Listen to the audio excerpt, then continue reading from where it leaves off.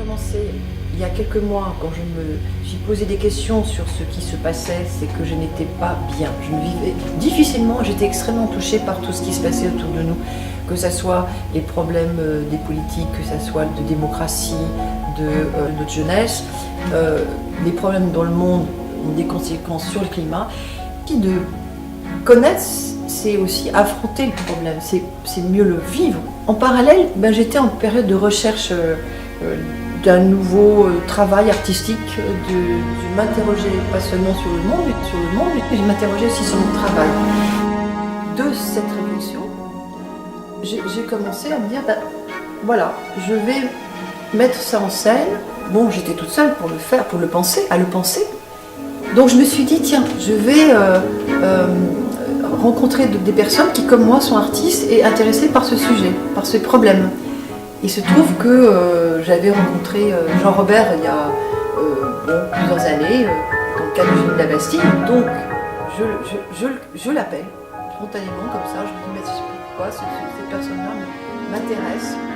Je me sentais comme toi travaillé par tout ce qui se passe dans le monde. J'ai ce sentiment qu'on est vraiment dans un entre-deux-mondes. On est dans un monde qui est en train de se terminer. On voit qu'il y a quelque chose qui est en bout de course, aussi bien dans le système politique que dans la société en général. Et on ne sait pas trop ce qui va devenir. Donc il y a une source à la fois d'angoisse. On ne sait pas si on met les pieds sur des débris ou sur des germes, quelque chose qui est prometteur. Et en même temps, on essaie d'imaginer ce que va être la suite de l'histoire de l'humanité.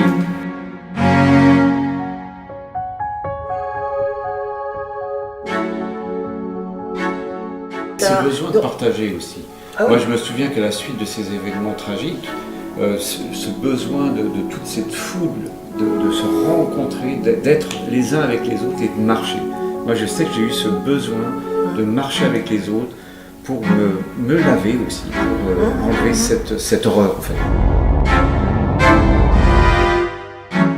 On pose la question dans quelle société on vit quand on voit émerger des horreurs pareilles. On sait, comme disait Gramsci, que dans cette période d'entre-deux-mondes, dans cette période de crise, émergent quelquefois des monstres. Et là, les monstres, on les a rencontrés à côté de chez nous. Oui, et ces monstres, c'était nos voisins. D'où peut-être cette transparence que tu ressens, ce besoin de transparence que tu ressens actuellement.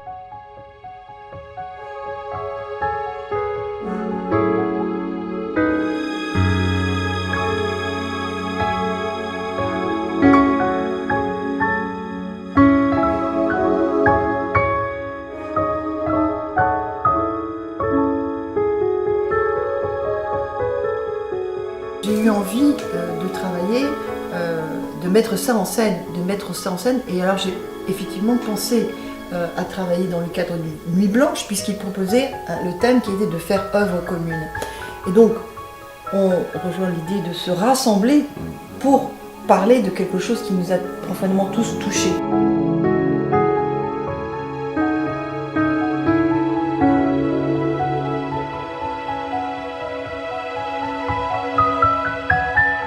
Particulièrement pour ceux effectivement qui sont à proximité comme nous. Donc cette proximité nous a touchés et interpellés, nous donnant envie en tant qu'artistes, de répondre avec nos armes, qui sont les armes artistiques. Toi dans le domaine de la création, de la chorégraphie, de la danse.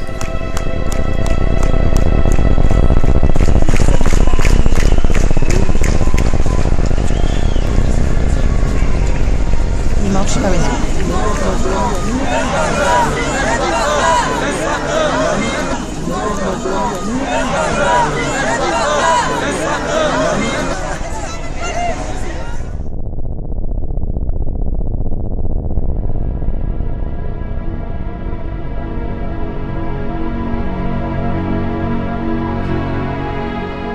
On se demande un peu où va l'humanité. Alors, on peut imaginer des scénarios catastrophes, des transhumains, une société qui serait déshumanisée par la technique, la technologie, etc., qui prendrait le dessus. On peut aussi imaginer un homme complètement démultiplié par les moyens auxquels justement il a accès avec ces nouvelles technologies.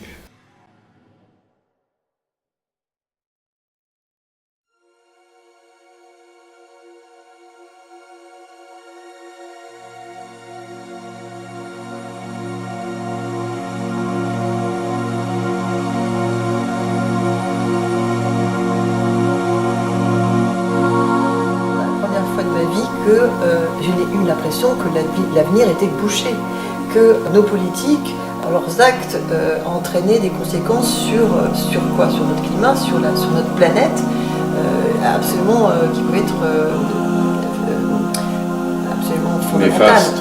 Néfastes. Et c'est vrai qu'à ce moment-là, c'est la première fois que j'ai eu l'impression que l'avenir a été totalement, peut-être catastrophique, bouché.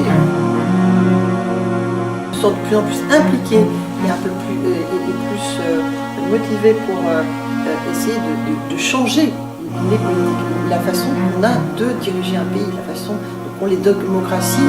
Je dirais pas changer, je dirais montrer à ces gens, ces hommes et ces femmes, qu'il y a peut-être une autre façon de voir la société, de voir la vie aussi. Peut-être moins futile. On fait partie des 30 glorieuses, on l'a appelé il n'y a pas longtemps, les 30 glorieuses. C'est vrai qu'on a eu peu de chance. Peut-être que ces bombes qu'ils ont posées, je ne les défends pas du tout, non. Je pense qu'il y a une autre manière de faire. Mais peut-être que c'est aussi un moyen de dire stop à cette futilité, passons à autre chose, de plus profond, de plus juste avec tout le monde. Les barbares ne sont pas dans la profondeur, mais ils sont un symptôme. Ils sont un symptôme d'un énorme malaise.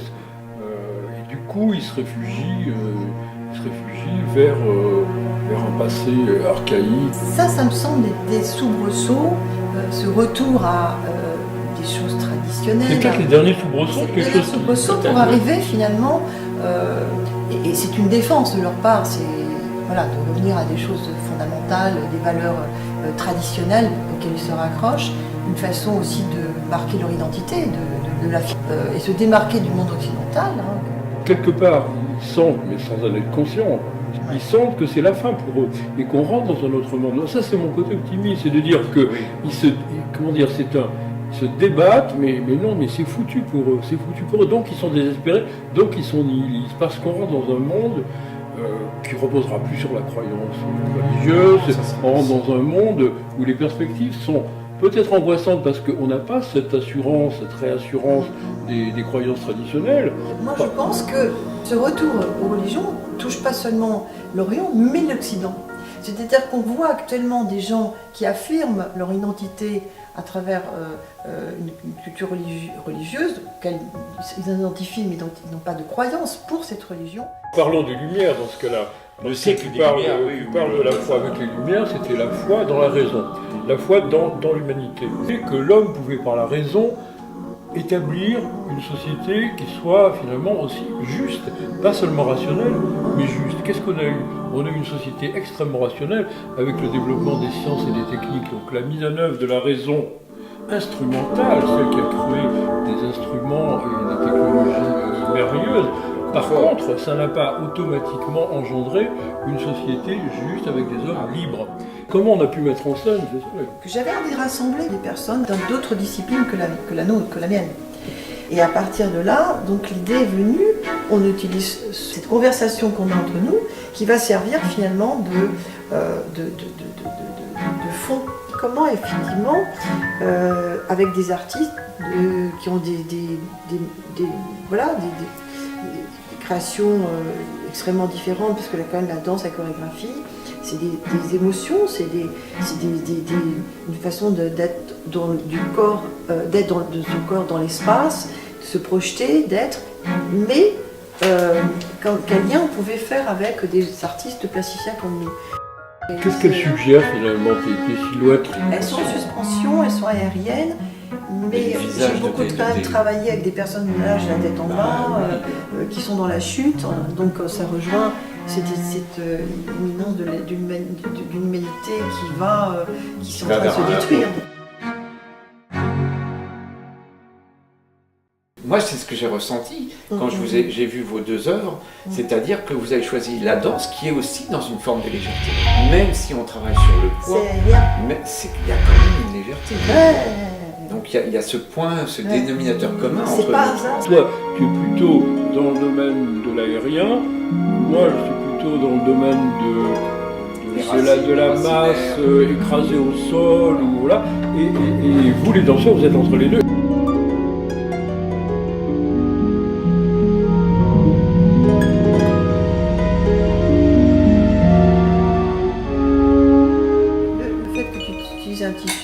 qui est une couette remplie de plumes. Oui, Dans le c'est fond, ça. il y a un côté léger.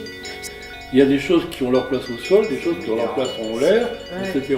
Ouais. Et toi, tu es fait, vous les danseurs, vous êtes faits pour bouleverser ces choses-là et donc relever ceux qui sont au sol, ceux qui sont écrasés, ceux qui sont comprimés, ceux qui souffrent Est-ce que ça peut-être, serait pas pour- et leur donner une chance de s'élever.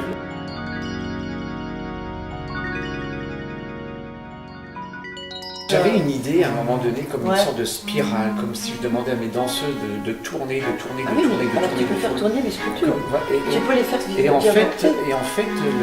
tes sculptures Voilà. et cette masse légère, parce que moi j'appelle C'est légère, une masse légère. va en fait prendre forme. En fait, elle va être prise par cette C'est une énergie masse et par la on en peinture, fera par le volume. ce que l'on peut. Et la lumière.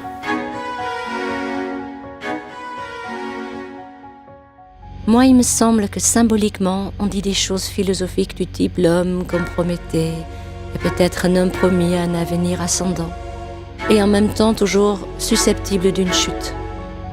Dans cette période d'entre-deux mondes, est-ce qu'on va être aspiré d'une manière ascendante vers une émancipation de l'humanité, de plus en plus débarrassée de la pesanteur des corps, ou bien en même temps, est-ce que l'on ne risque pas à chaque moment de retomber, de s'écraser et de s'enfoncer dans le sol? Je crois que c'est en tout cas cette dialectique qui va être mise en scène dans notre travail.